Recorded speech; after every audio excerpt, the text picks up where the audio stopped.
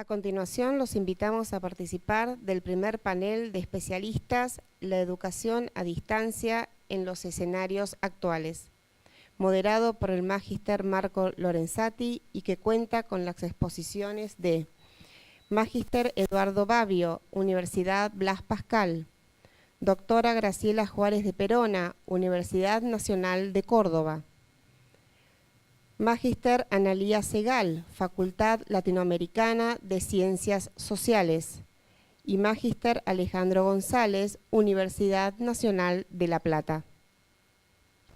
Cabe aclarar que las disertaciones centrales se realizarán en el aula Emilio Botín, en la que nos encontramos. Muchas gracias a todos.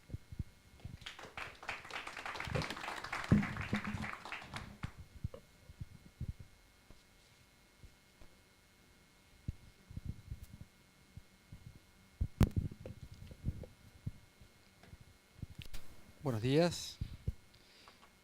Bueno, invito a los panelistas a que tomen posiciones. Son 4, vamos a sacar una silla, yo me quedo por aquí. Así están más cómodos. Bueno, en el orden que dio nuestra presentadora, los currículums, como sabrán suponer, son muy extensos. He tratado de hacer una breve síntesis, quizás injusta, pero para entrar en tema creo que estamos todos ansiosos para escucharlos y no solamente saber sus hojas de vida. Eduardo Babbio es ingeniero por la Universidad Nacional de Córdoba, tiene una maestría en Planificación y Gestión Educacional de la Universidad Diego Portales de Chile, es un histórico de esta casa, está desde la fundación de la universidad, habiendo transitado por diversas funciones de gestión, una secretaría de educación a distancia. Él a partir del año 2000 se involucró con el proceso de formalización de la educación a distancia en materia de grado en la Universidad Blas Pascal. Fue secretario académico de la UBP, secretario de Desarrollo e Innovación Educativa y actualmente es el vicerrector académico de la UBP. En materia de educación a distancia ha contribuido y participado en investigaciones y publicaciones especializadas. Participa habitualmente como disertante en congresos internacionales. Ha participado como miembro de comité académico de diversos congresos también y en calidad de experto ha sido invitado a reuniones técnicas y comisiones de trabajo tanto por parte de la SPU, la Secretaría de Políticas Universitarias de Argentina, el Ministerio de Educación y la CONEAU. Así que probablemente es uno de los culpables de las normativas de educación a distancia de Argentina.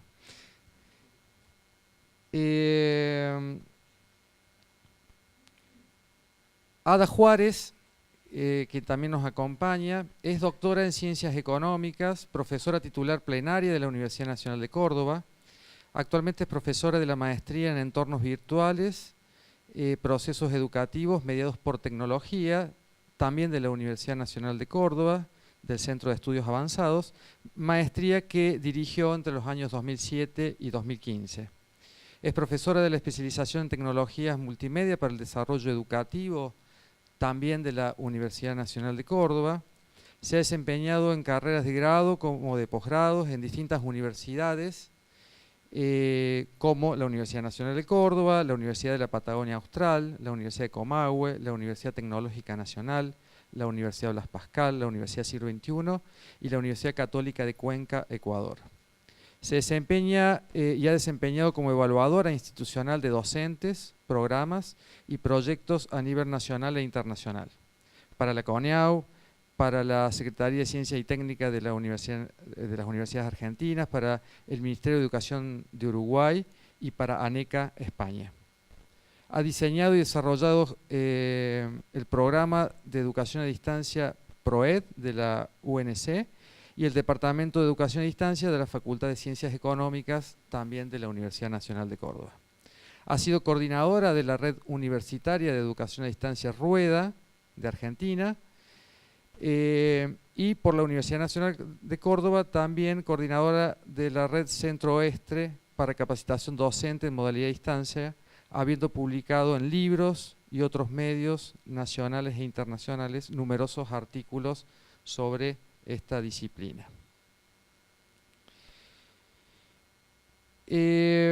Alejandro González también ha sido coordinador de Rueda en otros periodos. Él es licenciado en informática, especialista en docencia universitaria y magíster en tecnologías informáticas aplicadas a educación, carreras cursadas desarrolladas en la Universidad Nacional de La Plata, donde actualmente es director general de Educación a Distancia y Tecnologías dentro de la Secretaría de Asuntos Académicos de la Universidad Nacional de La Plata. Como dije, ha sido coordinador de Rueda entre los años 2015 y 2017. Ha sido secretario técnico de AULA, que es la Asociación de Universidades Latinoamericanas, a cargo de Cavila, que es el campus virtual latinoamericano. Ha participado como jefe del proyecto de campus virtual de la Universidad Nacional de La Plata y en diversos proyectos de investigación, pero también de aplicación en materia de educación a distancia mediada por tecnologías. Es profesor de grado y posgrado en materia de tecnología y educación a distancia y tiene una amplia trayectoria en investigación, como decía, y en acompañamiento de tesistas de posgrados. Otra de nuestras invitadas, Analía Segal, completan este panel, es profesora de Psicología y Ciencias de la Educación por el Profesorado de Enseñanza Superior Joaquín P. González, ha coordinado y asesorado sobre el desarrollo de iniciativas educativas y de divulgación en ámbitos públicos y privados, como por ejemplo en el Departamento de Educación Creativa de ORT Argentina, la red multimedia Estrada, el portal educativo Educar, el Museo de los Niños Abasto, el Ministerio de Cultura y Educación de la Nación, la Secretaría de Educación del Gobierno de la Ciudad de Buenos Aires y muchos otros organismos. Fue coordinadora del Programa Nacional de Innovación Educativa del Ministerio de Educación y Cultura de la Nación y coordinadora general de la Escuela de Capacitación Docente CEPA, de la Secretaría de Gobierno de la Ciudad de Buenos Aires. Participa como investigadora en temas de TIC y educación. Desde el 2012 es responsable general de la especialización en primaria y TIC del Instituto Nacional de Formación Docente. Desde el 2008 dirige TISA Papel Byte, que es un portal a través del cual se publican investigaciones y materiales en formato digital para el tratamiento de temas de la agenda contemporánea. Bueno, muchas gracias por la participación, les damos una bienvenida con un caluroso aplauso y les propongo como, así como promueve la educación a distancia el aprendizaje centrado en los alumnos, que hagamos presentaciones relativamente breves de unos 20 minutos y dejemos un buen espacio de tiempo para preguntas de los participantes.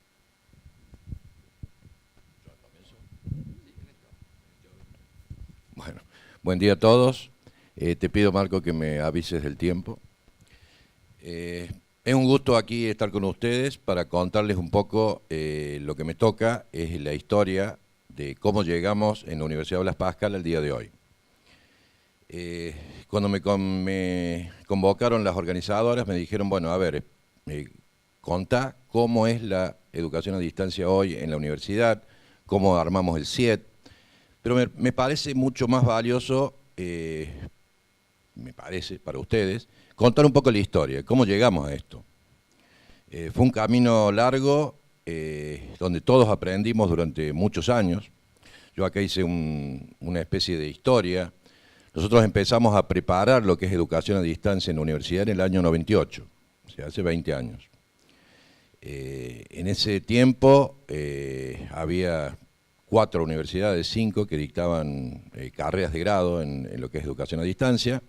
Se preparó durante 2 años todo el material de estudio, se presentaron 5 carreras completas, de principio a fin, en el Ministerio a fines del 99, que fueron aprobadas en el 2000. En ese año comenzamos el dictado de las carreras. Hay varios factores que quizás llevaron digamos, al éxito, o al relativo éxito, depende cómo lo vean, de la propuesta de la modalidad de distancia en la universidad. Creo que el principal fue la decisión institucional de apoyar la modalidad dentro de una institución que era presencial. Los que tienen alguna experiencia en educación a distancia dentro de instituciones presenciales saben por ahí que no es tan fácil. En esta universidad se decidió de inicio que se iba a apoyar la modalidad de distancia. Por lo tanto, esas 5 carreras que empezaron, me acuerdo todavía el número, 350 alumnos se inscribieron en esa primera vez. Bueno, teníamos todo el material, empezamos a dictar las carreras, de golpe teníamos 50 tutores atendiendo a alumnos. En nuestro modelo tutorial, digamos, otra de las decisiones también que se tomaron cuando se inició, había una parte de atención online, donde el alumno podía y puede llamar al profesor de cada una de las asignaturas en un cierto momento del día. Todo ese movimiento produjo, digamos, temas en la gestión. O sea, la parte pedagógica nos ayudó muchísimo, que justo en el año 2000, ustedes imagínense, empezamos en el 2000, en agosto del 2000 vino una evaluación externa de la CONEU. La evaluación externa se había hecho hasta el año 99, no teníamos educación a distancia. Pero en el 2000, cuando vinieron de CONEU, vino una experta de educación a distancia. Y nos evaluó. Tengo que reconocer que gracias a esa evaluación, nuestro rumbo en educación a distancia creo que mejoró. ¿Por qué? Habíamos dado mucho énfasis a la tecnología. O sea, nosotros como universidad empezamos tecnológicamente. Nuestros inicios fueron ingenierías, comunicaciones, usando medios. Y la impronta que tenía nuestro modelo, por más que tenía un apoyo pedagógico, era bastante tecnológico. Cuando la evaluación externa nos hizo ver eso, creo que cambiamos un poco el rumbo, o lo mejoramos, y formamos un equipo pedagógico que creo que es la base también de un éxito que tenemos en la universidad, conformado con pedagogos, licenciados en comunicación, informáticos, desarrolladores web. Y lo más interesante de todo eso es que la gran mayoría son egresados nuestros. O sea, cuando empezamos en el año 2000, los egresados eran todos, la mayoría egresados nuestros. Eso nos orientó y empezamos a producir materiales. Nos encontramos de golpe, ustedes imaginen, cuando uno desarrolla un curso, tiene un modelo pedagógico, claro, el nuestro era un modelo constructivista basado en aprendizaje, basado en problemas. Nos encontramos de golpe que teníamos que desarrollar 60 materias. Esos son los problemas que yo les quiero contar, digamos, no problemas, sino situaciones. De golpe teníamos que desarrollar todo un segundo año de 5 carreras, eran 60 materias de 60 horas. Había que tratar con 60 profesores, explicarles lo que era un modelo constructivista, docentes presenciales, seguirlos, asesorarlos durante toda la producción para poder lograr que ese material saliera a la luz y nuestros alumnos lo pudieran trabajar.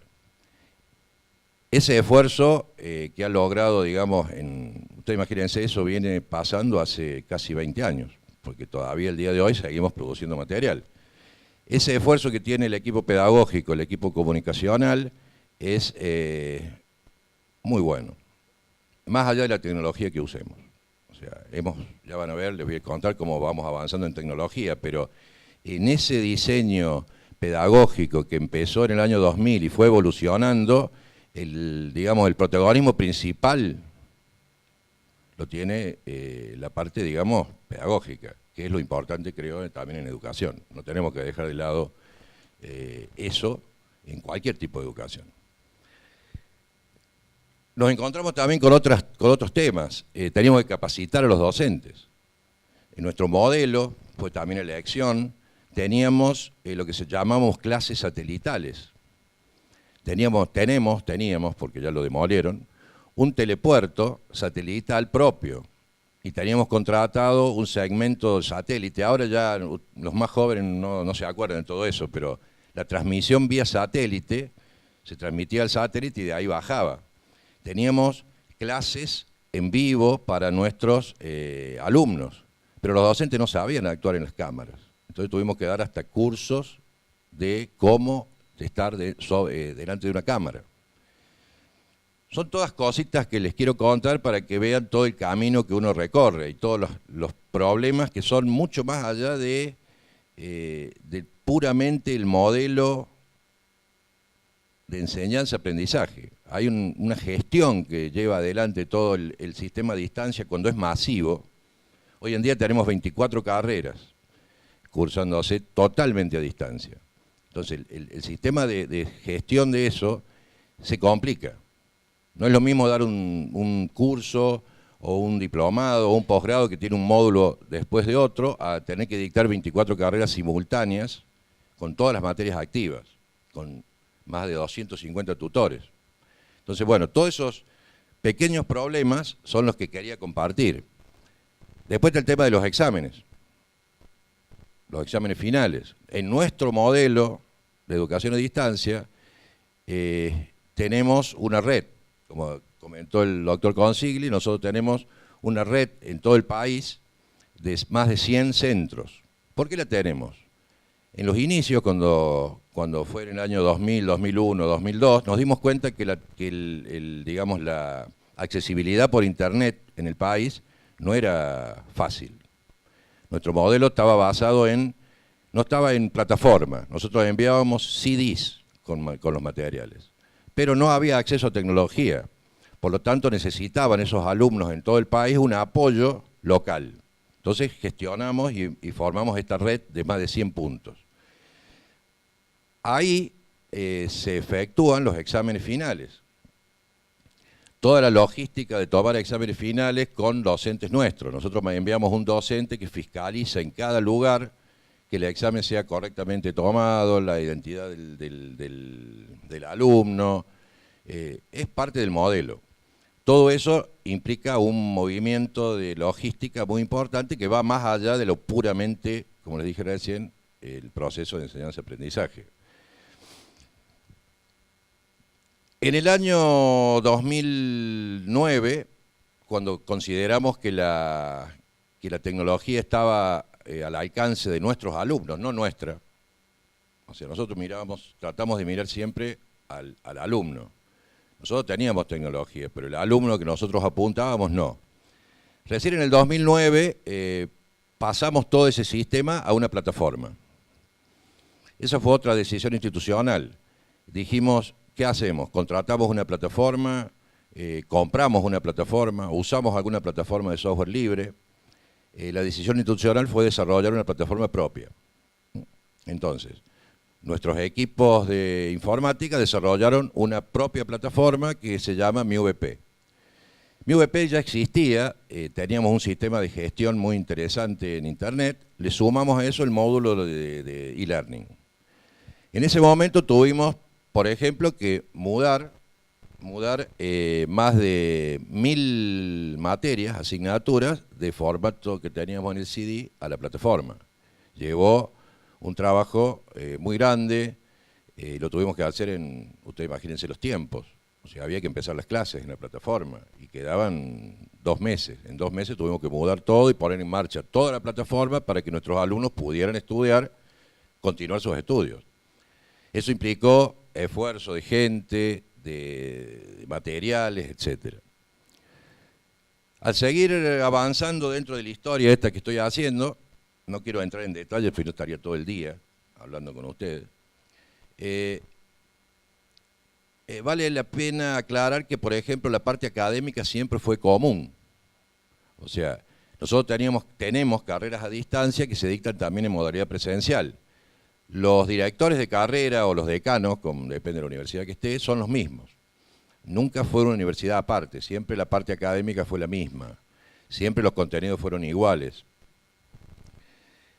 Entonces dimos un paso más y dijimos, bueno, si tenemos las mismas carreras, tenemos las dos modalidades, tratemos de empezar con la bimodalidad.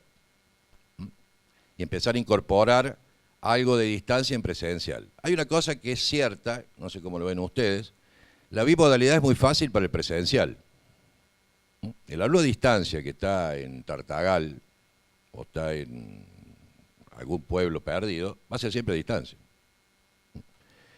Nosotros podemos ayudar en la bimodalidad al alumno presencial o al alumno que vive cerca de una universidad. El alumno a distancia va a ser a distancia, online como se llama. Por lo tanto, esa bimodalidad la aplicamos en el sentido de que alumnos podían, como eran las mismas carreras, podían cursar materias en ambas modalidades. Normalmente el alumno presencial es el que hace eso. Hay algunos alumnos a distancia que viven cerca que vienen a la universidad y cursan algunas materias en forma presencial. Estamos llegando ya a la actualidad donde teníamos que presentar, bueno, ustedes conocen la historia también, antes presentábamos carreras según la 1717, que tenía otro formato, donde había que presentar todo el modelo de educación a distancia junto con cada una de las carreras. Yo creo que el cambio ha sido beneficioso, fue algo que siempre pensamos y tratamos en todas las reuniones que tuvimos en el ministerio, no sé si seremos los culpables, pero ayudamos mucho a que lo que se aprobara fuera el sistema y no cada una de las carreras por separado, que se aprobara el sistema y después cada carrera que se presentara, tampoco es que se aprueba el CIET, yo pienso, y de golpe presentamos cualquier cosa y se aprueba. O sea, el CIET estará aprobado. Ahora, si yo quiero hacer ingeniería a distancia, supongo que además de presentar el expediente con todos los contenidos, tendré que presentar cómo voy a hacer las cosas. O sea, esa es la duda de que cómo se van a presentar las carreras ahora. Espero que alguno de mis colegas lo tenga más claro, porque tenemos un montón de carreras para presentar y no sabemos cómo presentarlas. Si hay que presentar material, si no hay que presentar material, si hay que... Bueno, espero que nos ayudes. Bueno, para no... ¿Estamos en tiempo? Para no alargar más, era un poco la historia de todos los detalles y los factores que hay que tener en cuenta o que tuvimos en cuenta, no es que haya que tener, cada uno tendrá su historia y cada uno verá lo que es mejor, o le salió mejor, porque en una institución puede ser que algo sea bueno y en otra no, depende el tipo de institución, el entorno, al público al que atiende. Ustedes saben que no hay una sola forma de hacer educación a distancia. Siempre depende de factores externos. Uno puede tener un modelo espectacular en Internet y bárbaro y resulta que nuestro público no accede a Internet. O puede tener un sistema en papel espectacular y puede funcionar igual. La tecnología, es mi punto de vista, ojo, es una herramienta. Nunca, para mi punto de vista, va a superar o va a reemplazar a un contenido, a un trabajo de pedagogos, de comunicadores, trabajando con un docente para generar un material espectacular, agregando videos, agregando links, pero nunca va a reemplazar, para mí, por lo menos yo no lo voy a ver, a lo mejor mis nietos ven un robotito que hace materiales. Es muy importante, y ese es un consejo, digamos, para el que esté por empezar, es muy importante ese equipo de formación de contenidos. Después está la parte tecnológica, tampoco nos podemos dormir y decir lo único que importa es la parte pedagógica y la tecnología no. Hoy el día, y ya termino, asusta. Algunas cosas asustan. Por ejemplo, que hace 20 años que pensamos en distancia, yo tenía 20 años menos. Algunas de las chicas que están en el equipo pedagógico no habían nacido, o sí, pero eran muy chiquitas. Los alumnos que nosotros teníamos en ese año 2000, que tenían 30 años, hoy tienen 50. Y el alumno de 30 que tenemos hoy como alumno, en esa época tenía 10. Entonces, uno hace esas cuentas y dice, no, evidentemente hay que evolucionar. El alumno no es el mismo. Tampoco es el chico de 18 años. Pero es alguien que cuando empezó la tecnología tenía 18 años. Entonces, no podemos dormirnos con la tecnología, pero no podemos pensar que todo es tecnología. En ese sentido es un consejo, digamos, es algo que durante 20 años lo he visto y ojo que yo soy ingeniero. Yo tendería a ser más tecnológico, nada más que quizás los equipos pedagógicos me han corrompido, me han ablandado, digamos. Nosotros hemos presentado el SIET, y ya termino, hemos presentado el SIET, lo que hemos hecho es describir lo que hacemos, tal cual, creo que nadie ha dicho algo que no hace, hemos hecho mucho detalle en lo que hacemos, tenemos más de 5.000 egresados de la educación a distancia, o sea, no es que recién empezamos, tenemos 5.000 egresados trabajando en un montón de lugares, en carreras como abogacía, contador, administración, ciclos de licenciatura, o sea, estamos muy orgullosos de nuestros egresados y de nuestro sistema. Yo me acuerdo en el 2002, 2001, con las primeras reuniones en el ministerio, creo que usted estaba, Ada, cuando se planteaba el tema de educación a distancia y pasaba un poco lo que dijo el rector. Era considerada como que, yo me acuerdo, los gritos en esa reunión, de por qué. O sea, la validación de la educación a distancia, yo creo que el SIET, tenemos 5.000 egresados, quiere decir que los 5.000 egresados no eran válidos. O sea, esto es válido desde los inicios. El SIET quizá lo va a formalizar, como lo formalizaba la 17-17 cuando lo presentábamos. Y de acá a 10 años, 5 años, será el A8, no sé cómo se llamará. Pero bueno, yo soy un convencido, por estar en esto hace tanto tiempo, de que esto es de gran calidad, permite un alcance a gente que de otra forma no podría estudiar. Uno cuando lo ve a los alumnos, y termino ya, nunca me voy a olvidar la primera vez que viajé a tomar exámenes, a Gobernador Virasoro, Corrientes. Teníamos un centro y era la primera vez que íbamos a tomar exámenes. Bueno, yo fui como para ver. Cuando iba llegando al lugar, un montón de gente. ¿Quiénes eran? Los padres, los hermanos, los tíos, para ver qué era eso. ¿Qué era la universidad? ¿En serio que viene la universidad a tomar exámenes? Eso me dejó marcado, de ver que eso sirve. Yo creo que todos los que estamos aquí y los que están allá, estamos trabajando en algo que sirve para algo. O sea, sirve para mucho.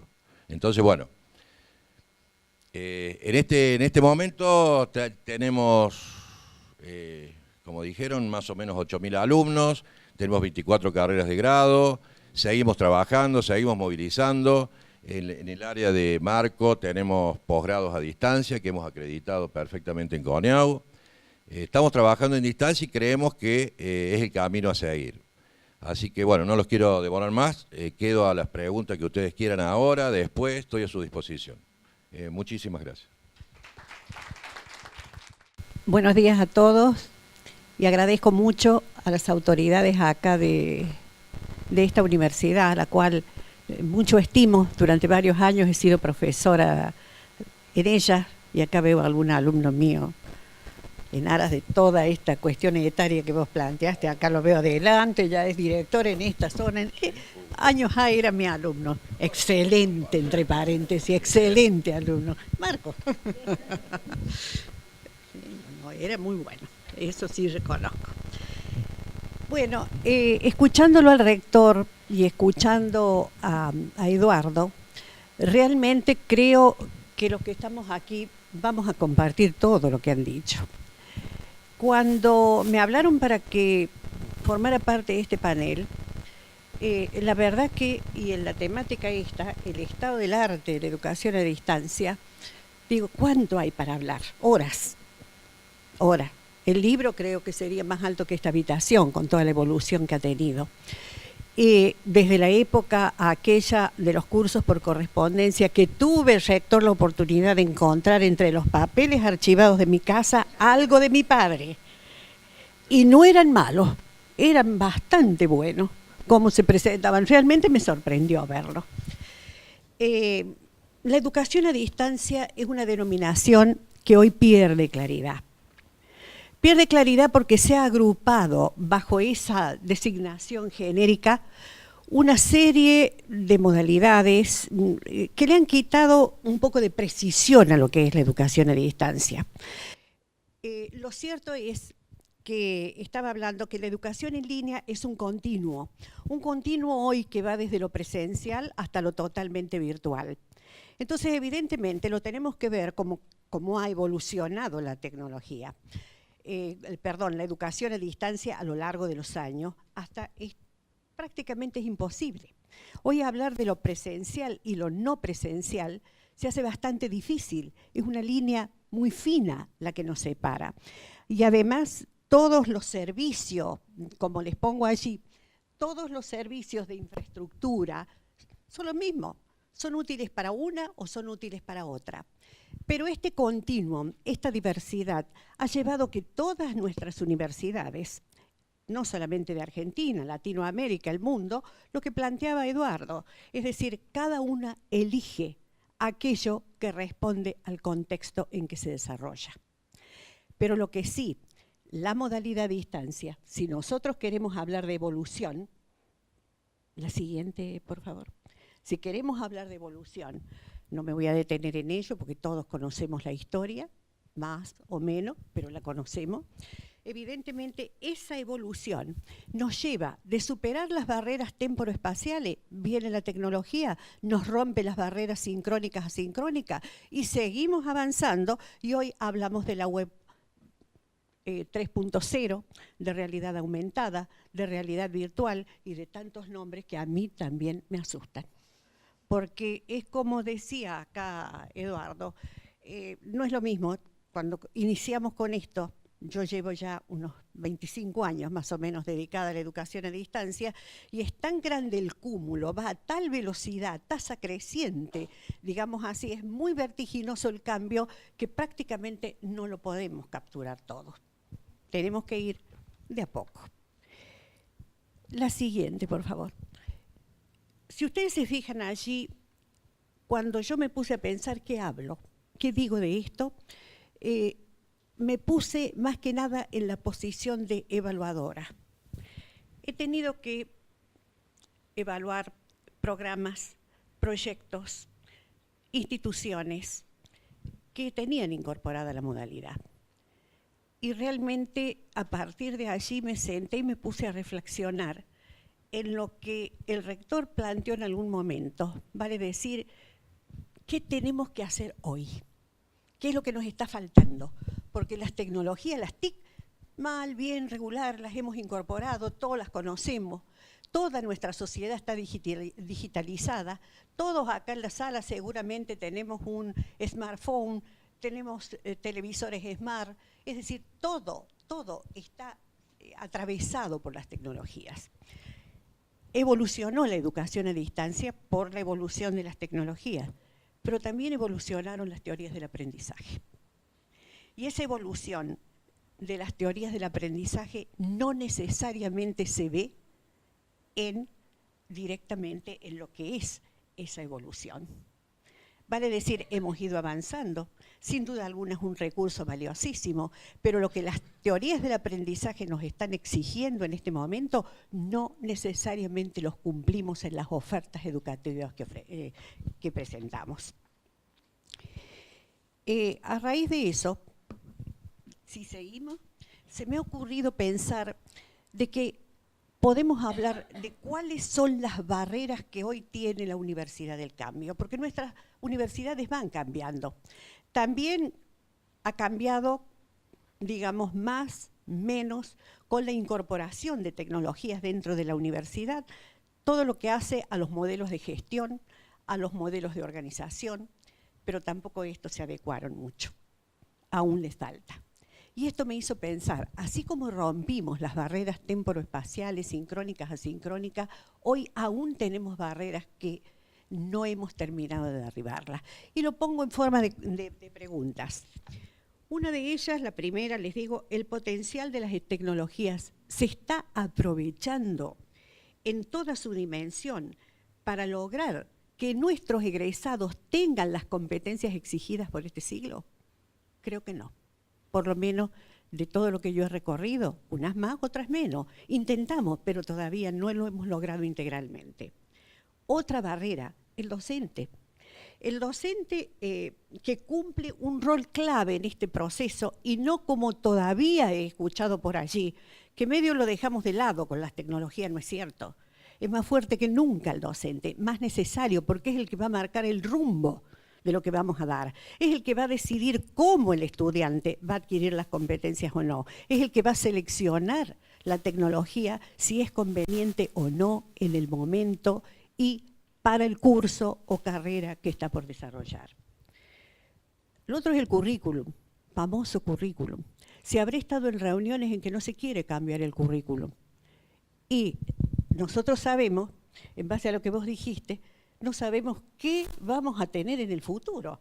Creo que el Banco Mundial tiene, leí hace un tiempo, que el 68% de los niños que en este momento tienen 7, 8 y 9 años van a tener o estar trabajando en actividades que hoy todavía no existen. Y nosotros seguimos con un currículum inflexible. En la época de mi abuelo, de mi bisabuelo, el médico terminaba, o el abogado, y se acabó, ahí terminó, los contadores. Pero hoy no, hoy tenemos que estar permanentemente actualizándonos, porque un egresado nuestro muchas veces sale de la universidad y es tan volátil el conocimiento que lo que él aprendió en un momento resulta que en ese otro que le toca actuar, trabajar en su profesión, tiene que volverlo a aprender, porque es distinto. Y si no, preguntémoslo en el caso de los contadores, cómo nos están cambiando los impuestos ahora, ¿no? Un egresado de ayer, hoy tiene que aprender de nuevo todo esto. La otra barrera que pienso que tenemos que bajar es la de la evaluación. Cuando uno analiza programas, proyectos, en modalidad, yo ya no quiero hablar de modalidad presencial a distancia, porque en todo hay una hibridación, ya que prefiero hablar de los entornos virtuales, de la digitalización que tenemos en este momento. Entonces, nosotros vemos que la evaluación muchas veces no ha cambiado. Uno toma un proyecto presentado por cualquier universidad que sea, hermoso todo el desarrollo del curso, pero cuando llega el momento de la evaluación, los mismos esquemas de siempre. Estamos evaluando el resultado final del alumno. Estamos categorizando al alumno, este es muy bueno, este es regular, este no aprobó. Y no es eso lo que corresponde a estos tiempos. Tenemos que cambiar también la evaluación. Y después, la otra es la propia institución. Eso lo he experimentado personalmente cuando me ha tocado trabajar en lo que es la organización y la gestión. Hay alguien acá que me acompañaba por eso. Muchas veces la institución no acompaña. Hay instituciones que sí lo hacen, hay otras a media, pero hay otras que todavía están en la expectativa, no tienen una actividad proactiva, como la que, por ejemplo, acá planteara Eduardo en el caso de esta universidad. Entonces, esto resiente mucho la calidad del proceso. Detallando un poquito más cada una de estas barreras, que es la temática central que voy a considerar, es el proceso de aprendizaje, la primera de todas las que yo planteé de las preguntas. Se observa, no sé si sigamos por favor con... ¿Ya pasaste las barreras? Sí, la 1, eso es. Entonces, no pocas propuestas cuando uno comienza a analizarse, analizarlas, ve la cantidad de actividades que se le han puesto al alumno. Es decir, trabajo colaborativo en el aula, presencial o virtual. Entonces, los alumnos trabajan estas actividades, están por cualquier metodología que quiera, pero he visto que existe el peligro de que dejemos toda la parte teórica de lado, porque normalmente con las tecnologías se las adjuntamos de alguna manera. El alumno la ve solo, no la discute como discute la actividad práctica, y en consecuencia uno se pregunta ¿en qué queda el discurso teórico? ¿En qué quedamos que vamos a crear conocimiento? ¿Cuál es la competencia de ese estudiante cuando se reciba? Que va a tener que decidir entre alternativas posibles en un mundo complejo e incierto como el que tenemos ahora, ante los problemas que se le presenten. Esto lo veo como un peligro y que tenemos que tenerlo en cuenta. en todos aquellos cursos también he visto que no hay mayormente interacción. Y si no hay interacción con el tutor o con los evaluadores o con quien corresponda en el diseño que tenga la universidad, y además no hay práctica, ¿qué calidad de educación podemos pensar que hay? Esto también preocupa. La docencia. La docencia la planteó muy bien el rector. No me voy a detener mucho en esto, pero lo que sí tengo que decir es que nosotros necesitamos que el docente tenga un marco sólido muy fuerte, tiene que estar profesionalizado, lo cual no quiere decir que él va a ser pedagogo, comunicador, diseñador, que esto también es un error. He visto propuestas en las que el docente tiene que hacer todo, eso no es válido y ahí está el apoyo institucional que necesita el docente. Es muy necesario que tenga un equipo que lo apuntale, pero sí, tiene que tener el suficiente conocimiento sólido como para que tenga que decidir qué tecnologías elegir, cómo las va a elegir, cuándo las va a elegir, en qué momento las va a aplicar, no solamente desde el punto de vista de él, básicamente desde el punto de vista del alumno del curso o carrera en la cual él se va a desempeñar. El docente tiene que preguntar, tiene que incentivar, ya no puede hacer los viejos apuntes. Por ahí veo los contenidos que son resúmenes del libro, que seguimos el mismo estilo de antes, aun cuando se diga modalidad a distancia virtual. Esto no es así. Lo que el docente tiene que centrarse es, sin perjuicio del material de lecturas que tenga que haber necesariamente para esa elaboración teórica que necesita el alumno, pero el docente tiene que interpelar, tiene que generar guías, tiene que plantear problemas, tiene que plantear retos para que el alumno trabaje y responda. El siguiente es el 3, el currículo. Bueno, el currículo, una de las cosas primeras que yo veo, responde a una de las competencias de este siglo. Tenemos que trabajar en equipo, trabajo colaborativo. Tenemos que trabajar en la interdisciplinariedad. Son tan complejos los problemas de la realidad hoy que es necesario que tengamos distintas miradas. A mí me ocurrió, antes de finalizar mi carrera activa, se me ocurrió trabajar con mi equipo de investigación en todo lo que eran los delitos en la República Argentina, los delitos contra la propiedad, que publicamos un libro, el equipo.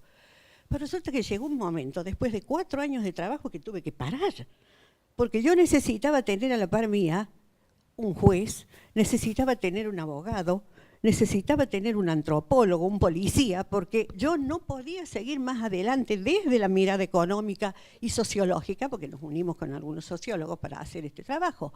Entonces, no era suficiente, y eso es lo que está pasando con todos los problemas de la sociedad de nuestro tiempo. Entonces, el currículum debe tender hacia la interdisciplinariedad. Y además, la formación de calidad evidentemente requiere, como les pongo allí, la posibilidad de garantizar que se logren las capacidades necesarias para el ejercicio profesional en un futuro.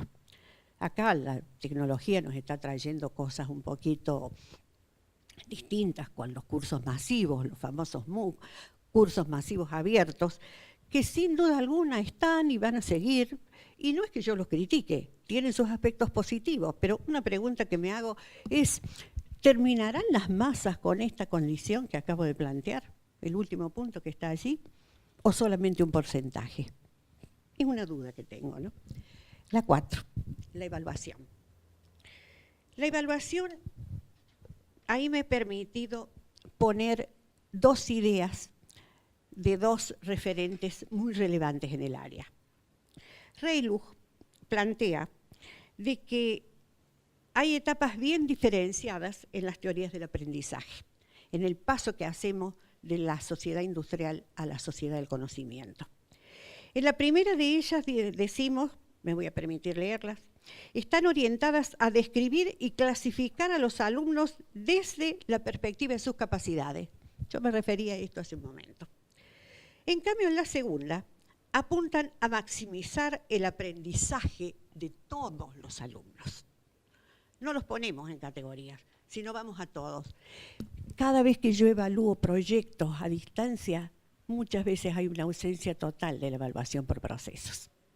Y ahora, Zapata Ross, que en la reunión anterior fue invitado por esta universidad, resulta que nos cita que esto es perfectamente posible de hacerlo ahora a través de las analíticas de aprendizaje. Vamos a tener que aprender un poquito. Yo tampoco las manejo tanto, ¿no? Pero algo hago. Entonces, evidentemente, esto nos va a permitir, sí, cambiar la evaluación, y debemos hacerlo. La institución, el 5, Marcos, era la última de las barreras que yo he planteado. La universidad actual tiene que encontrar su sitio en esta sociedad del conocimiento, la sociedad de la información. Tiene que encontrarlo todavía. No está totalmente integrada, pero marca los pasos. Tampoco podemos pretender que de un día para otro lo hagamos. Estos son procesos culturales, son procesos lentos, en los cuales tenemos que tener una disciplina, pero sí yo le pido a la universidad que sea proactiva y no reactiva. En estos modelos de innovación que tenemos, hay universidades que son proactivas, pero hay otros que están esperando a ver qué pasa. Y hay algunas en que todavía el docente solo es el que está empujando desde adentro y no lo acompaña. Los cambios, evidentemente, que solo se van a dar, y sobre todo desde la perspectiva del docente, si ve que lo que va a hacer es mejor que lo que está haciendo. Entonces la institución tiene que ayudar a que el docente vea eso. La siguiente, Marcos. La educación, incorporando las tecnologías digitales como tenemos en este momento, sin duda tiene sus ventajas y tiene sus limitaciones. Todos los de ustedes que son docentes en esto saben bien cuáles son las ventajas. Podemos trabajar en grupo, podemos trabajar en forma más personal con cada alumno, o sea, individualmente, lo cual no era posible cuando con un micrófono como este, por lo menos yo me dirigía a 300 y hasta 600 alumnos en un anfiteatro. No digo que vamos a tener 300 y 600, los hay. Hay en el mundo algunas propuestas que así andan circulando, pero es posible con una buena organización y gestión del diseño poder llegar mucho más cerca del alumno. Porque aquel que a lo mejor en clase estaba perdido en la masa, acá se anima a hablar, habla escribiendo. Entonces, evidentemente, esto nos han permitido las tecnologías, además de las evaluaciones, los controles y demás, es mucho mejores, ¿no? Pero las limitaciones, bueno, la principal limitación que vemos es el estrés que nos causa cuando no conocemos todo esto, el miedo a lo desconocido. Preferimos seguir donde estamos, que estamos seguros. Y esto es una realidad. Y no crean que a veces también no se da en el alumno. Hablando yo con alumnos de modalidades a distancia, también siempre se preguntan si esto será bueno, si me habrán dado todo, etc. Es decir, que la comunicación de la institución con el alumno también es muy importante, ¿no? Para quitarle los miedos a él también, no solo al docente. Bates, uno de los autores que yo más respeto, porque les recomiendo el último libro que sacó, La Universidad en la Era Digital, es buenísimo. Él nos dice que el uso de las tecnologías tiene que ser combinado con la comprensión de cómo aprenden los alumnos. Acá indirectamente tenemos investigación, no he querido demorarme hablando de esto, pero es el otro pilar muy importante dentro de las universidades, la investigación. ¿Cómo aprenden los estudiantes? Espérate que estos lentes no me alcanzan para el chiquitaje que tengo acá, ¿cómo se desarrollan las competencias en ellos? Esto es muy importante. Finalmente, hacia el futuro. Bueno, hoy se habla de la universidad digital. No hace mucho estuve leyendo un artículo de la Uber Universidad. Vale decir, se basa en esta del Uber, que está tan de moda también en nuestro país por los conflictos que está originando. Bueno, la Uber Universidad, el Uber docente. Estuve en la CREG esta que tuvimos acá, en una sala que se hablaba sobre la educación a distancia, mejor dicho, sobre las tecnologías del futuro, y la verdad que me dejó preocupada, porque dice que en el futuro no solo se va a reemplazar el trabajo físico, sino también el cerebral. Dios mío, dije yo. O sea, las actividades de la inteligencia humana. Yo no sé si lo voy a llegar a ver, pero realmente escuchás esto y para mí es futurismo. Puede ocurrir, puede no ocurrir. Además hay cosas que las vamos a tener a corto plazo, a mediano plazo y a muy largo plazo, ¿no? Pero lo que sí tenemos hoy es que estas barreras son a corto plazo. Se necesitan hoy, que las rompamos definitivamente, ¿no? Tenemos una de las más importantes, cito allí, son los sistemas de comunicación con nuestros alumnos. Esto no debemos descuidarlo. Días pasados estaba dando yo un curso, les había pedido que me hagan el intercambio para que yo lo vea, y de golpe a uno se le escapó que estaban en el WhatsApp. Y uno ve que los profesores también entran a las redes, al WhatsApp. Y a los alumnos hasta les gusta más, porque etariamente estamos con otra generación en este momento, con otra mentalidad. En consecuencia, ustedes ven que anda todo el día, y hasta nosotros también en una de esas nos lleva un poco en algunos momentos. Entonces, evidentemente, esto hay que incorporarlo. No decirle, como escuché en la escuela secundaria, prohibido traer los celulares, aprovechen docentes los celulares para que las actividades de nuestros alumnos realmente ese instrumento les sea valioso y no para diversión únicamente. Se está dejando de distinguir la presencialidad de la no presencialidad. Y más hablamos de la interacción entre los alumnos, la interacción docente-alumno, que es muy importante, y la interacción también alumno-institución. La hibridación, el remixado, la remediación, es muy potente, mucho más que las tecnologías convencionales como las usábamos, para potenciar el proceso de aprendizaje de los alumnos. La educación del siglo XXI es la última que puse allí. El rol de la universidad yo creo que no va a cambiar en este sentido. Debe crear, debe evaluar, debe mantener y debe difundir el conocimiento. Y todas estas nuevas metodologías que van surgiendo deben propender a que se inserten dentro de este objetivo que tiene la universidad. No sé si va a ser Uber o no, si va a ser universidad digital, no lo sé. Pero evidentemente yo creo que, y si no se mantiene este principio, van a desaparecer. Espero que no. Debe ser pensada para el desarrollo de competencias y habilidades, porque nuestros alumnos, cuando egresan, se les exige las competencias de este siglo, que sepan hacer juicios críticos, que sepan seleccionar la información, que sepan sistematizarla y que sepan aplicarla a los problemas de una realidad compleja. Ellos van a tener que trabajar para la incertidumbre, no para la certeza, para la volatilidad, no para el mantenimiento de los hechos. En consecuencia, solo a la universidad le va a dar la posibilidad, si tiene en cuenta de caer todas estas barreras, que va a poder desempeñarse en forma eficiente, tanto en su vida laboral, social como académica. Bueno, yo creo que toda esta transformación, como pongo allí para terminar, es posible. Y es posible, pero no solamente con las tecnologías, sino también con las teorías del aprendizaje que nos están guiando. Y con nosotros, los docentes, junto a todo el entorno de la universidad que nos tiene que apoyar. Bueno, dejo.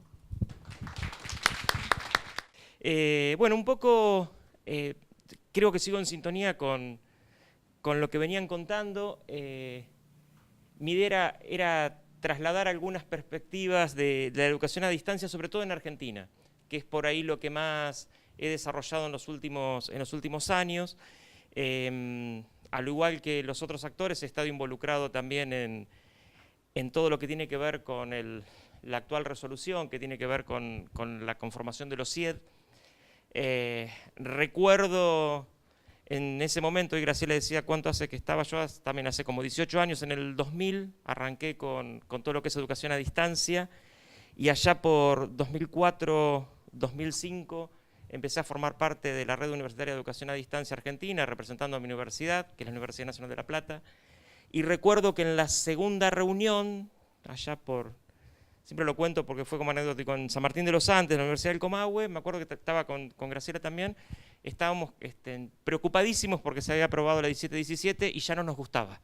Así como estaba, ya no nos había gustado, porque le habíamos encontrado obstáculos de movida. Me acuerdo que en mi universidad en ese momento estábamos pensando en el área, construyendo el área, y estábamos pensando en la organización del sistema más que en cómo íbamos a hacer con las carreras. Primero empezar a pensar, ¿no? Como que empezamos ese circuito. Y bueno, desde ese momento y todo el recorrido y todos los actores que han ido involucrados de todas las universidades de Argentina, me tocó la parte final de todo ese proceso, justo cuando estaba en la gestión a cargo de la coordinación de Rueda, ir a las reuniones, tanto de Rueda, del Consejo Interuniversitario Nacional, las reuniones del CU que me invitaron y ahí interactuamos con los rectores. Y lo que estuvo interesante es que estábamos en sintonía, salvo pequeñas diferencias, todos queríamos lo mismo, que esto fue para mí un logro muy importante de la 2641, cosa que no ocurrió con la 1717. Yo creo que el haber estado afuera, varios de los actores, yo en ese momento era inicial, pero varios de los actores, me parece que eso provocó que esa riqueza que se dio en las discusiones de las distintas miradas, produjéramos algo, al menos, que estuviéramos todos como más conformes.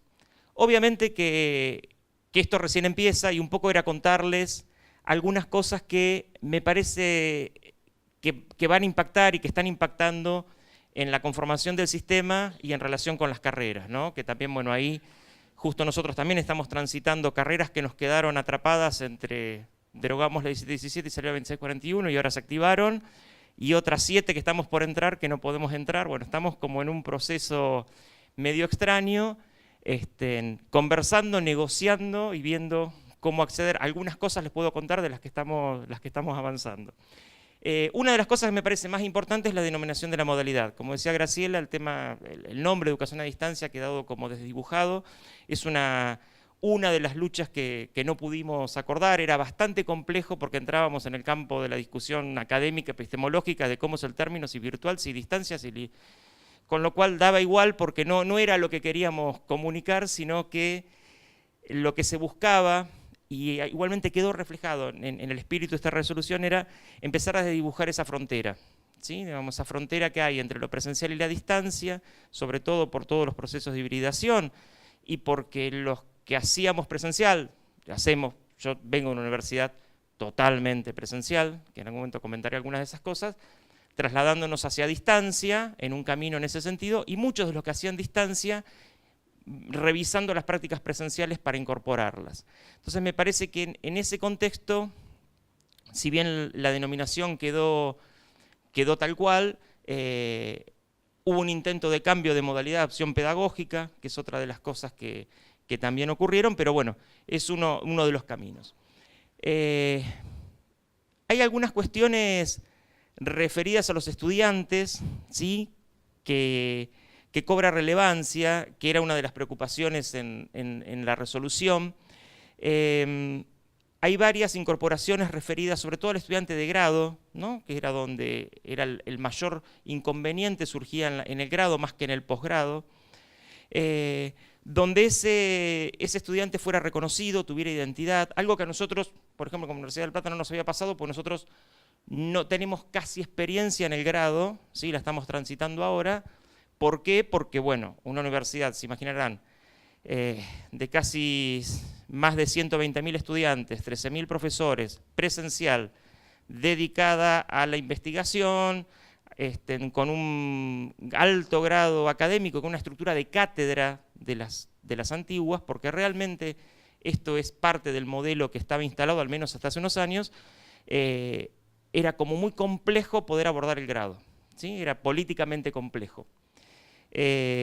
Con los cambios que se fueron produciendo, cambios de época, tecnología, tipo de estudiantes que empezaron a acceder a la universidad se transformó en una universidad con mucho más impacto social, regional, abierta, inclusiva, entonces las realidades empezaron a cambiar.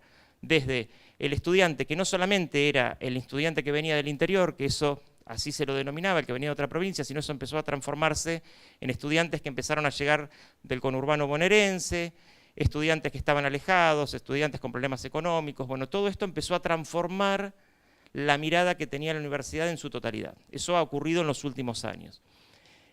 Con lo cual, cambió la población. Hay carreras donde hay un alto grado de adultos, ¿sí? Por ejemplo, carreras de salud, de enfermería, de obstetricia. Entonces eso transformó la mirada que teníamos sobre los estudiantes.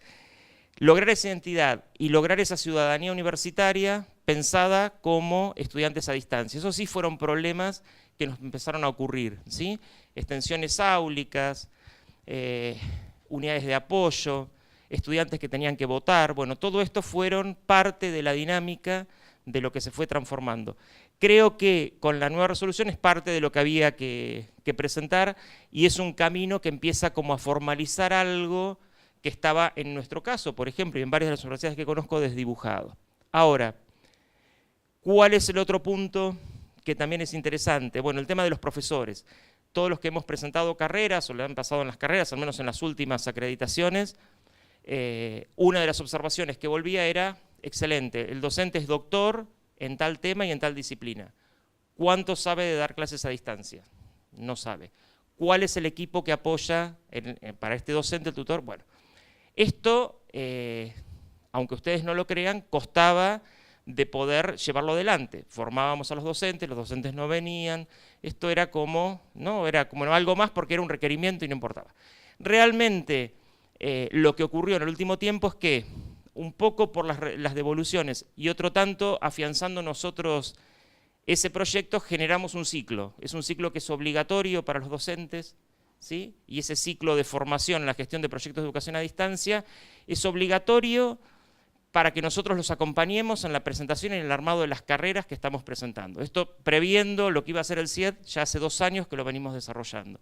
Es un ciclo que no solamente lo forma, que sino cada uno de los seminarios, que son 4 más el acompañamiento, van construyendo el aula. La idea es que salgan de ese ciclo con ese aula armada y supervisada por nosotros. ¿Es un esfuerzo enorme? Es enorme, ¿sí?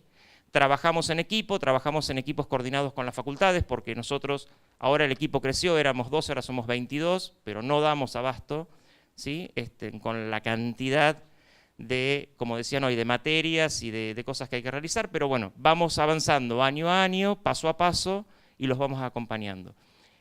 El CIED vino a transformarnos esta forma de trabajar, y yo creo que el tema de la formación continua en la innovación en el aula es un tema que debe ser central para la universidad y acompañar a los docentes en ese proceso. Creo que son, como decíamos hoy, son los que realmente van a provocar esa transformación en los estudiantes, y realmente nosotros estamos convencidos que el eje fundamental está en el docente y en las tutorías que puede desarrollar. Un docente y un tutor que sea proactivo, ¿sí? Sobre todo pensando en estos modelos que también mencionaba Graciela, que ahora los voy a retomar. Bueno, como les decía, la denominación de opción pedagógica a distancia presencial, con los grados de los cuales, que también fue otro tema, los porcentajes sobre los cuales actuar y no actuar. Nosotros en varios momentos no queríamos los porcentajes, de hecho, así entre casa, los porcentajes desaparecieron en un momento de la norma y después volvieron a aparecer, ¿sí? Por diferentes discusiones que se fueron dando y por acuerdos que había que dar. Una de las cosas que era más interesante y que estuvo todo el tiempo fue tratar de desdibujar la desconfianza que había sobre la modalidad. Aunque nos decían explícitamente que no había, yo la percibía totalmente, la desconfianza en todo momento. Eso costó muchísimo por distintos motivos, y siempre justificaciones, tirándose para un lado, para el otro la piedra, pero digamos, lo que era importante era tratar de ver cuál era la desconfianza, por qué no podíamos llegar a un modelo más híbrido, por qué ocurrían determinadas cuestiones. Bueno, yo creo que es como todo, es un primer paso que dimos. Si ustedes me dicen, bueno, así como está la norma está bien, yo ya le estaría cambiando cosas, pero digo, me parece que es un primer paso, es muchísimo lo que se ha avanzado en cuanto a poder pensar en un sistema y no tener que estar presentándolo todas las veces, que eso es muy importante. Por ejemplo, para nosotros, que éramos 17 facultades, donde cada facultad es como si fuera una universidad aparte, porque es así, la Universidad Nacional de La Plata, era muy complejo negociar por qué esto sí, por qué esto no. Bueno, eso se trabajó muchísimo en acuerdo, en comisión, hubo que armar toda una estrategia para que todos fuéramos presentando lo mismo, pero ahora en este sistema está validado. Yo creo que las nuevas propuestas, al menos en el caso nuestro y varios que conozco, van tendiendo hacia la bimodalidad, y creo que bimodalidad en el sentido de que los alumnos puedan elegir cuáles materias a distancia realizar y cuáles presenciales, ¿no? Digamos, me parece que es un modelo bastante viable y que en nuestro caso se está dando por circunstancias en muchas de las carreras, como la que vengo yo, informática, laborales, ¿no? Tenemos alumnos de tercer año que ya están trabajando, porque aparte tenemos un pulpo que chupa, que es la Ciudad Autónoma de Buenos Aires, y nos arrastra a los estudiantes como si nada. Entonces, nos está resolviendo el problema de las materias optativas, por ejemplo, para que puedan ser en modalidad de distancia. Esto está transformando también el modelo que tenemos nosotros, en cosa que en los últimos años se ha incrementado esto, ¿sí? Las prácticas profesionales, creo que es otro tema que fue como el nudo central, las carreras del artículo 43, bueno, eso fue como muy complejo, es muy complejo. Hay varias de las instituciones que están transitando en este camino, estamos en diálogo también con CONEAU. Ahí se defendió que las carreras tuvieran la misma mirada que tienen que una carrera que es presencial del artículo 43. Si el sistema institucional de educación a distancia está validado, está completo, está como corresponde, por así decirlo, en cuanto a su reglamentación, y están garantizadas las condiciones, no deberíamos estar pidiendo a una carrera nueva nada diferente de una carrera del 43. Bueno, esto, a pesar de que está enunciado así, es el espíritu de los que lo pensamos, ¿sí? La realidad es que todavía no se trabajó el tema puntualmente, todavía no están convencidos, y todavía se siguen pidiendo cosas a las carreras, tanto del 43 como del 42, que no se le piden a la presencial. Yo voy a seguir defendiendo eso a muerte. ¿Por qué? Porque creo que, como decíamos hoy en varias de las exposiciones, las formas de enseñar se han modificado, y la verdad es que en el presencial, a una carrera nueva, a ningún docente lo vinieron a supervisar, ni a ningún docente le pidieron que escriba una clase que iba a dar teóricamente. Esto es real y esto es así. Entonces, ese punto todavía, si me preguntan, ¿hay que seguir presentándolo para las primeras materias del primer cuatrimestre? Sí, así me respondieron exactamente. Y lo que nos pidieron en la última reunión de rueda, que lo vamos a trabajar y lo vamos a elevar, es que hagamos un informe y expliquemos por qué, para la comisión de técnicos, para poder defender ese punto. Con lo cual, todos los que puedan y que tengan a su alcance defender por qué no deberían pedirse los materiales para una carrera nueva, insisto, no una carrera en funcionamiento, ¿sí? Cuando vamos a la carrera en funcionamiento son las mismas generales de la ley que cuando viene la evaluación de pares y nos evalúan, nos piden los exámenes, he pasado miles de esas. En eso estoy de acuerdo, porque estoy mirando una carrera en funcionamiento. Ahora, una carrera nueva que están haciendo, que está haciendo todo un esfuerzo, que ustedes saben lo que es traccionar con todo lo que estamos contando, bueno, estamos celebrando un escrito explicando por qué nos parece que deberían revisar ese punto y ofrecerlo, obviamente, algunas otras cuestiones a cambio, ¿no? Pero digamos, no estar solicitando de todos los materiales en forma completa, sino que para una carrera nueva tengamos las mismas cuestiones generales de una carrera de grado presencial, 43 o no 43, como fuere, para que el sistema realmente no se trabe en ese punto. Igualmente, desde el marco legal, todas las resoluciones que avalaban estos fueron derogadas, con lo cual no hay, ¿sí? No tenemos nada real escrito más que los instructivos de CONEAU como para poder validar.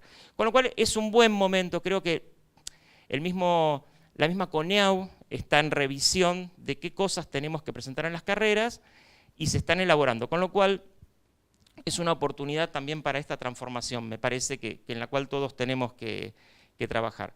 Bueno, el tema de la gestión, creo que lo han mencionado, es relevante, en el caso nuestro impactó en cuanto a la organización del área, creo que era lo que estaba haciendo falta en muchas de las instituciones, ¿sí? Que realmente hubiera un sector que se dedicara explícitamente a educación a distancia, formara parte del organigrama, formara parte del plan estratégico, todas cosas que nosotros veníamos desarrollando, pero hemos como mejorado eso hacia el interior de la universidad en articulación con las facultades. El otro tema, que es un tema que también es mencionado en la presentación del CIED, y me parece que tiene un eje fundamental y que a nosotros fue, creo que lo que más nos hizo crecer, es el trabajo articulado en red. Yo creo que el pensar aislados las propuestas, tanto del sistema como de las carreras, está también como fuera de foco, ¿sí? Digamos, gran parte del trabajo que venimos desarrollando a nivel Latinoamérica sobre todo, y Iberoamérica, hay un montón de factores en común, ¿sí? Que tienen que ver en cuáles son los indicadores de calidad para la educación a distancia, cómo podemos promover la movilidad de los programas de estudio, por qué los programas de estudio y el currículum son rígidos, por qué no podemos apuntar a las competencias o las capacidades de esos estudiantes, por qué un estudiante no puede tomar determinadas asignaturas que avalan esas competencias en otra universidad y ser válidas para el contexto en el cual aplico. Yo creo que la transformación real de ese modelo de universidad viene por ese lado, yo estoy convencido de eso. Hay que trabajar mucho, sí, pero hay muchos grupos de personas que trabajan conscientemente y constantemente y no le aflojan, ¿sí? Nosotros hemos tenido proyectos de generar un programa de movilidad virtual entre una red que trabajo, hacer experiencias, con todos los problemas que tuvimos, ¿sí? Fue más fácil en el posgrado, fue más complejo en el grado, pero digamos, tenemos experiencias en poder transitar este camino. ¿En quién avala esos programas a distancia? En tener una mirada, esto es interesante, de qué está pasando en Iberoamérica. Ese es un proyecto que está circulando, que después lo puedo compartir, de hecho, esa es la idea, con la Blas Pascal, porque estamos recogiendo las voces de todos los que están involucrados no todos los que podamos, obviamente, en Iberoamérica. Es un proyecto que está liderado por Marielena Chan de la Universidad de Guadalajara y Marta Mena. Ellos están recogiendo un documento iberoamericano, ¿sí?, de educación en línea. Acá es un trabajo que se viene haciendo hace unos años, es un documento compartido, hay un software que es una lluvia de ideas donde están las preguntas elaboradas y todos estamos aportando en responder a esas problemáticas que, a parecer de las reuniones, fueron surgiendo en Iberoamérica. Ahora, ¿para qué? Bueno, la idea es llegar a la Conferencia Mundial de Educación con una incorporación realmente de la problemática de educación a distancia en Iberoamérica. Tenemos particularidades, no tenemos los mismos modelos que ocurren, al menos en Norteamérica, sí compartidos parcialmente con Europa y mucho menos con Asia. Las problemáticas son distintas, pero si ustedes miran el tema de educación a distancia en la Conferencia Mundial o en la UNESCO, no aparecemos desde hace un montón de años realmente como deberíamos estar. Este me parece que es un proceso importante y que es de unión de todas las universidades, ¿sí? A mí me invitaron a participar ya el año pasado, formo parte del comité, y hemos articulado con un montón de instituciones y estamos recogiendo muchas miradas como para poder llegar realmente con un documento fundado. Fue un documento de un grupo que ahora se amplió a distintos sectores. Me parece que ese punto, y ya termino, es el que me interesaba comentarles como invitación. Bueno, los primeros avances que ya los mencionamos, ya casi 80 son los sistemas que se han presentado, están en proceso de evaluación, algunos ya tienen respuesta a la vista, son positivas, hasta ahora no ha aparecido ninguno rechazado, algunos tienen menos comentarios, más comentarios, pero en general hay algunos comentarios generales, uno que puedo socializar, que de hecho yo sé que también nosotros vamos a tener que trabajar en eso, que tiene que ver con la identidad del estudiante y los datos biométricos. Estas son algunas de las cuestiones que han aparecido como observación general para los procesos, ¿sí? Entonces, como una cuestión más mirando que realmente esté formalizado por la institución y haya algún reglamento o resolución que rija eso de manera adecuada. Dos comentarios sobre el desarrollo tecnológico, creo, de todo lo que han mencionado acá. Estoy en el mismo problema con los MOOC, ¿sí? O sea, creo que son cursos masivos que funcionan. A ver, si yo les digo, si agarran mi celular, van a decir, pero estás diciendo, pero está así. Yo estoy haciendo un par de cursos, hice uno sobre juegos serios y gamificación, porque es un tema que estoy desarrollando, estoy trabajando en investigación, y me sirvió porque lo hago en cualquier momento, en cualquier lugar, y realmente lo que hago es recoger información. No me interesa la acreditación final. Entre las cosas locas que hago, estudié 4 años chino, no pude seguir, sigo estudiando chino, ¿sí? Después de haber rendido 2 exámenes internacionales, sigo estudiando chino por un curso en Coursera. Digo, hay algo de los MOOC que sí funciona, ¿sí? Digamos, hay algo que tiene que ver con lo continuo, con lo profesional, con los intereses, con la automotivación, porque realmente no tengo tutores. En el de chino no tengo tutores más que unas tutoras divinas que en los videos, pero no tengo una interacción real. Y trabajamos también en un proyecto, también con la Universidad de Guadalajara y con algunas universidades argentinas, en tratar de entender el modelo de los MOOC, pero de una estrategia realmente colaborativa y con la intervención del tutor. Digamos, estamos tratando de transformar ese modelo. De hecho, en este momento en paralelo está corriendo eso. Es una primera experiencia piloto que estamos haciendo muy loca, que hemos invitado a Rueda, que vamos a ver cómo funciona, que se llama COOL, ¿sí? Como si fuera la sigla en inglés. Pero bueno, va en ese sentido, digamos. Creo que parte de los desarrollos actuales tienen que ver en cómo esas formas de aprender se fueron modificando y estamos probando a ver cómo en colaboración, en red y en abierto puede funcionar. Así que bueno, yo creo que esto ya lo he dicho en la charla. Creo que el CIET funciona, que no hay que perder de vista la diversidad del sistema argentino.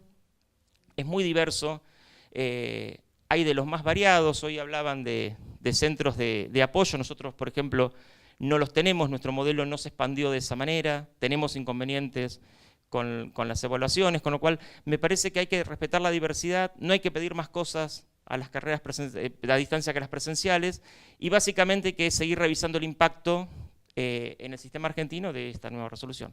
Así que bueno, creo que ahí le cerré.